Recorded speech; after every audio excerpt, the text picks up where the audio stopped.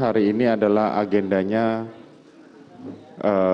pembacaan atau pledoi dari terdakwa bersama kuasa hukumnya. Saudara mau bacakan terlebih dahulu atau penasihat hukum dulu? Silakan penasihat hukum. Oh, saudara mau baca. Silakan, langsung saja. Terima kasih Yang Mulia. Mohon izin Yang Mulia, saya membacakan nota pembelaan saya yang saya tulis di Rutan Barreskrim dan saya beri judul, apakah harga kejujuran harus dibayar 12 tahun penjara? Yang Mulia Ketua dan anggota Majelis Hakim, yang terhormat Jaksa Penuntut Umum, tim penasihat hukum dan para hadirin yang saya hormati. Puji syukur kehadirat Tuhan Yang Maha Esa, sehingga pada saat ini saya masih diberikan kesempatan untuk mengikuti jalannya persidangan ini dalam keadaan baik dan sehat. Perkenankan saya menyampaikan terima kasih kepada Yang Mulia Ketua dan anggota Majelis Hakim yang telah memberikan kesempatan kepada saya untuk menyampaikan pembelaan pribadi saya selaku terdakwa dalam perkara yang telah disidangkan pada Pengadilan Negeri Jakarta Selatan ini. Majelis Hakim yang saya muliakan, pertama-tama saya ingin menyampaikan permohonan maaf sekali lagi yang sebesar-besarnya serta pengampunan terutama kepada keluarga dari almarhum Bang Yos. Tidak ada kata-kata lain yang dapat saya sampaikan selain permohonan maaf dan penyesalan yang mendalam atas apa yang telah terjadi kepada almarhum Bang Yos dan keluarga Bang Yos. Juga kepada kedua orang tua saya dan keluarga saya. Mohon maaf Mama, Papa, maafkan saya atas peristiwa yang terjadi ini, sehingga membuat Mama dan Papa serta keluarga bersedih dan kelelahan. Maafkan kalau karena kejujuran saya ini sudah membuat Mama sedih harus melihat saya di sini. Saya tahu Mama sedih, tapi saya tahu Mama bangga saya berjuang untuk terus menjalankan perkataan Mama, menjadi anak yang baik dan jujur. Saya berterima kasih Mama, selalu ada mendukung saya di sini. Pak, maafkan saya Pak, karena akibat peristiwa ini Papa harus kehilangan pekerjaan. Terima kasih untuk Mama dan Papa karena telah mengajarkan nilai-nilai kebaikan, kejujuran, dan kerja keras dalam hidup saya dan kakak saya sejak kami kecil.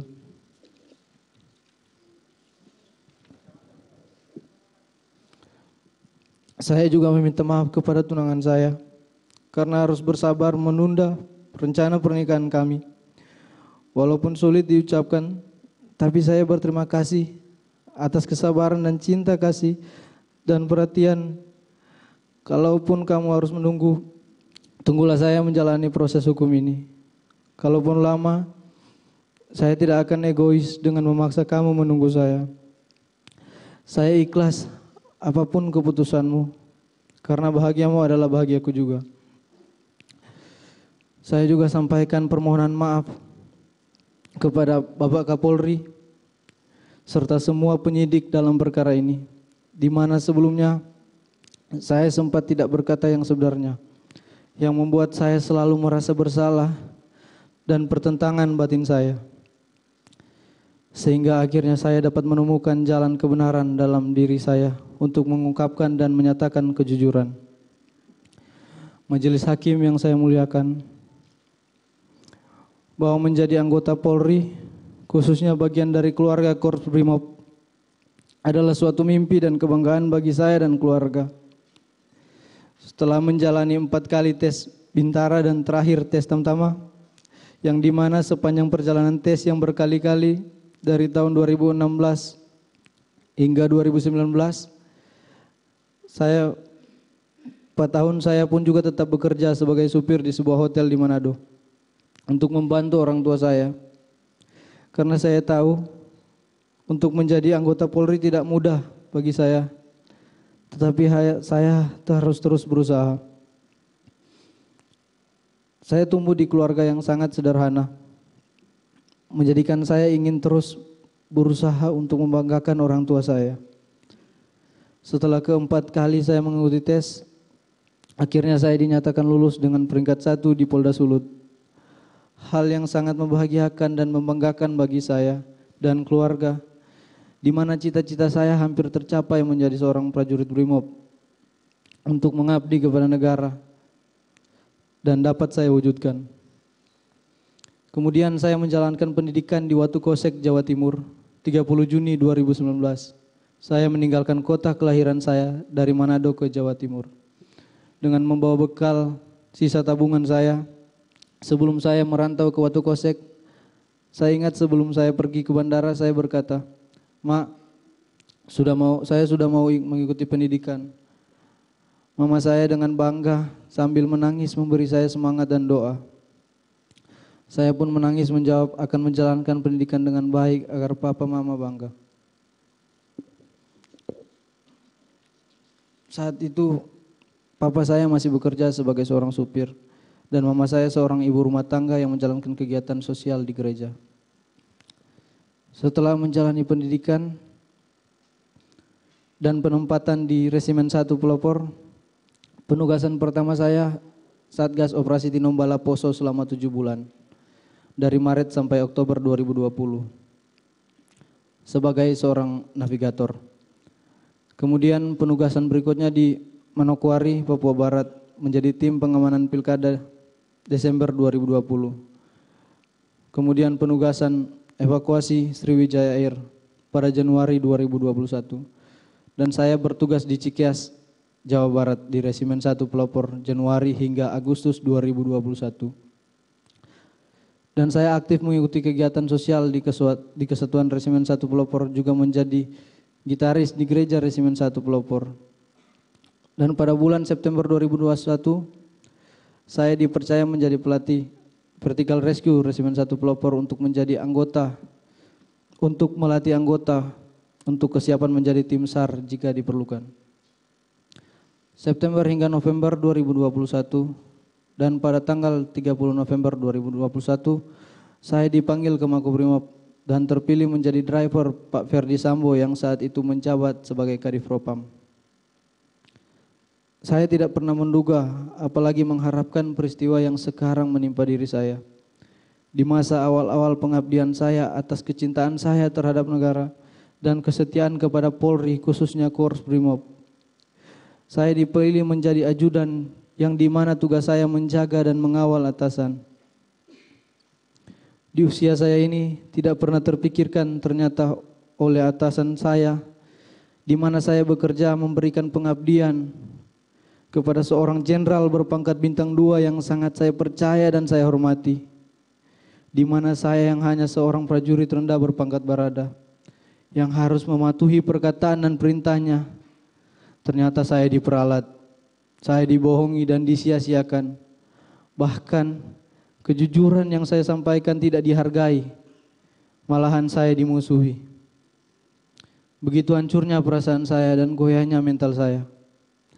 Sangat tidak menyangka akan mengalami peristiwa menyakitkan seperti ini dalam hidup saya. Namun saya berusaha tegar.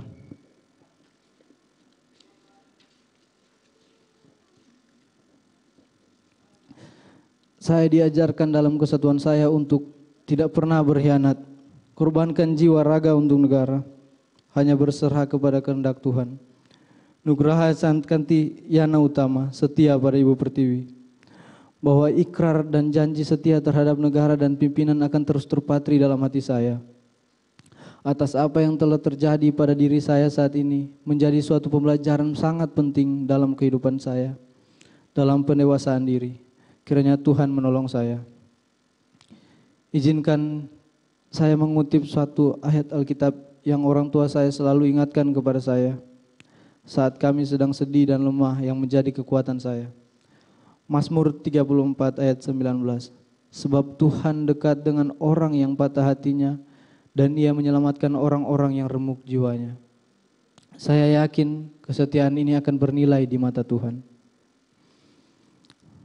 sebagai seorang prajurit BRIMOB yang latar belakangnya adalah paramiliter, saya dididik untuk taat dan patuh serta tidak mempertanyakan perintah atasan saya. Apabila ada yang mengganggu ketaatan dan kepatuhan saya, apabila ada yang menganggap ketaatan dan kepatuhan saya membabi buta, maka pada malam hari ini saya menyerahkan kepada kebijaksanaan majelis hakim. Pada akhirnya, perkenankan saya mengucapkan banyak terima kasih, khususnya kepada Bapak Presiden Joko Widodo, Bapak Menko Polhukam, Pak Mahfud MD, pimpinan Polri yaitu Bapak Kapolri Jenderal Listio Sigit, Bapak Wakapolri Komisaris Jenderal Gatot Edi Pramono, Bapak Kabareskrim Komisaris Jenderal Agus Adrianto, dan Bapak Komandan Korps Brimob Polri Komisaris Jenderal Anang Revandoko yang juga telah saya anggap seperti orang tua saya sendiri. Kepada para komandan, rekan-rekan dan senior yang tidak bisa saya sebutkan satu persatu, yang telah memberikan dukungan serta masih memberikan kepercayaan kepada saya untuk dapat mengungkap kebenaran. Terima kasih juga kepada LPSK yang telah mendampingi dan memberikan perlindungan kepada saya hingga saat ini. Dan tidak lupa kepada seluruh masyarakat Indonesia yang selalu memberikan dukungan dan doa kepada saya. Kiranya Tuhan senantiasa mencurahkan berkat-Nya kepada kita semua.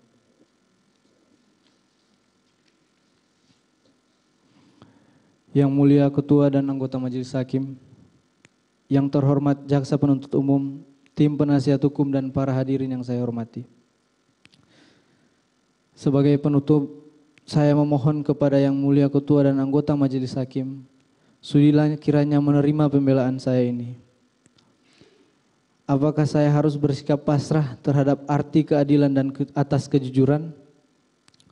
Saya akan tetap berkeyakinan bahwa kepatuhan, kejujuran adalah segala-galanya dan keadilan nyata bagi mereka yang mencarinya.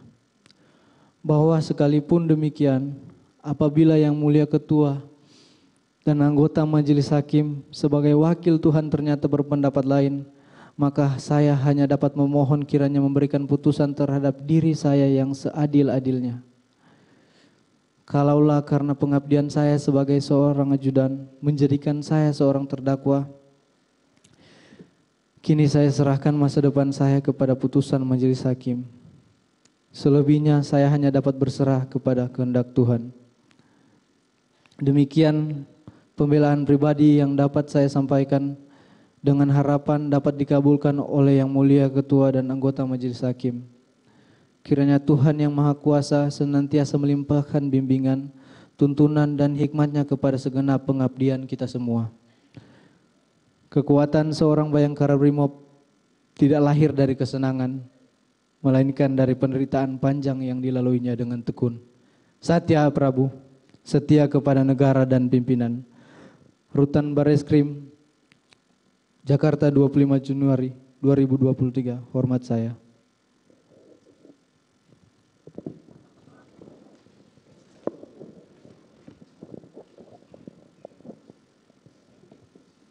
Saudara mau serahkan? Siap, Yang Mulia. Silakan.